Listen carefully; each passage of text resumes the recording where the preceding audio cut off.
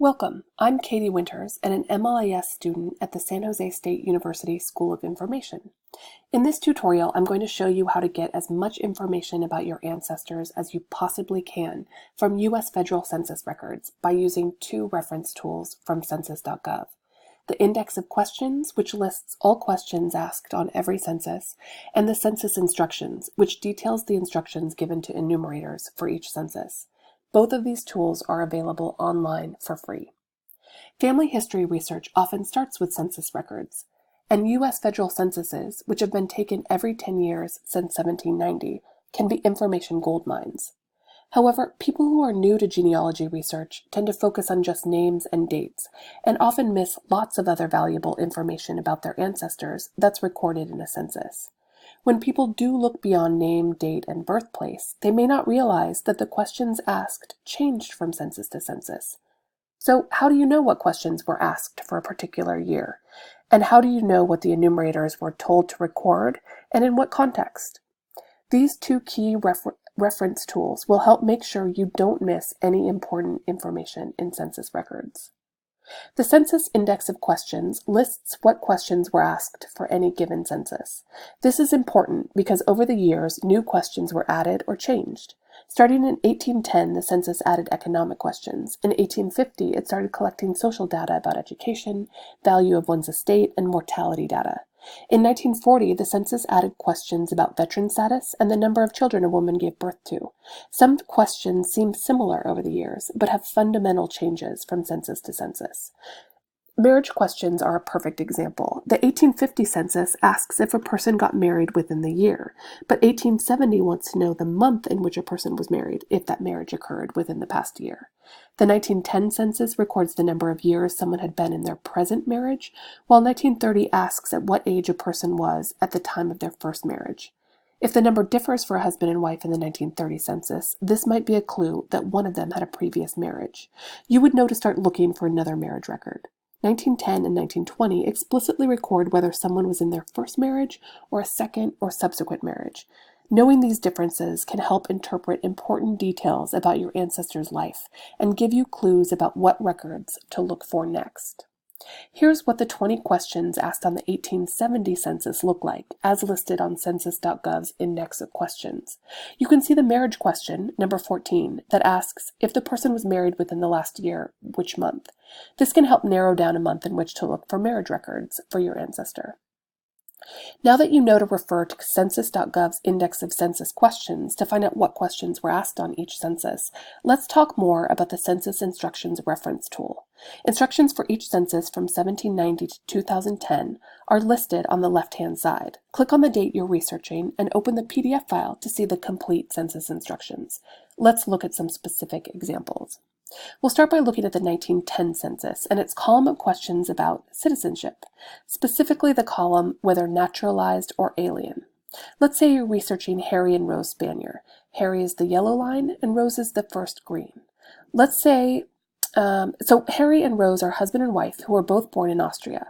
Both have 1904 listed in the column for year of immigration, right here. And under whether naturalized or alien, Harry has the letters PA entered right here. However, Rose doesn't have anything entered. Why is that? Had she chosen not to apply for citizenship for some reason? By looking at the instructions, you can see that enumerators in 1910 were told that the question whether naturalized or alien only applied to foreign-born males 21 years of age and over. It did not apply to women. Women's citizenship status was tied to their husband or father for girls who were under adult age. The instructions tell us that the PA entered for Harry indicates he had declared his intention to become an American citizen and had taken out his first papers. It's important to note that an entry of NA in the naturalization column does not mean not applicable. It means the person had successfully become naturalized. If the letters AL were entered, that means the immigrant had not begun the naturalization process and was still an alien. By 1920, the naturalized or alien question applied to all foreign-born people, male and female, and of any age. We know this by looking at the census instructions for that year. Other questions may seem like they mean one thing, but looking at the instructions makes it clear that they actually mean something else. For example, numerous censuses ask about a person's education. Just because your ancestor doesn't have a yes entered under education doesn't necessarily mean they weren't educated. Often the instructions specified that the question was asking whether a person had attended school recently, within the last year or a similar recent time period. Check the instructions to find out the specifics for the year you're researching. Countries and borders change over time. Check the census instructions to see how each census dealt with geopolitical changes of the era, especially for birthplaces. For example, the 1940 census instructions told enumerators to enter Central European countries with recent border changes, like Austria, Czechoslovakia, and Poland, only if it was certain that was the country in which the person's birthplace was located on January 1st, 1937. Otherwise, they were to enter the province, state, or city, like Bohemia, Prague, Vienna, and so on. Also, enumerators in 1940 were told they could not enter Ireland as a place of birth. Instead, they had to distinguish between Northern Ireland and the Irish Free State. Pay attention to the instructions for entering place of birth. They might provide valuable clues for narrowing down what part of a country your ancestors came from. In the past, some censuses posed questions in terms that we would never use today. For example, in 1870, one question asked whether a person was, quote, deaf and dumb, blind, insane, or idiotic. Census instructions are important to put those terms in the context of the times. Shown here are the official 1870 census instructions for this question. If a person could not hear but could speak, they were not considered deaf and dumb. Also, a person had to have total blindness to be enumerated as blind. And for a person to be recorded as insane, undoubted insanity was necessary. The instructions spelled out that common consent of the neighborhood could determine if one of these terms applied to a person, especially if they were not about to self-report that. Here is the 1870 census enumeration for Joshua Norton, a San Francisco resident more famously known as Emperor Norton.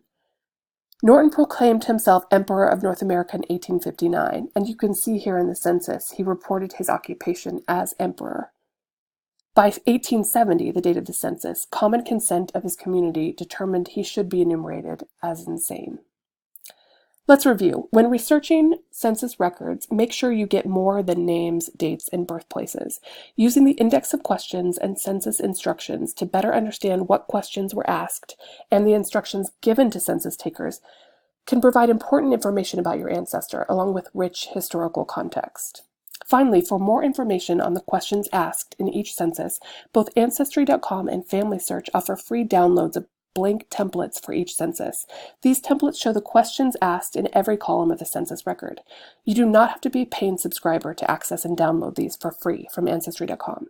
Here's a tip. Print out a blank template for every census and keep them handy so you'll always know what the columns mean for whatever census you're working with.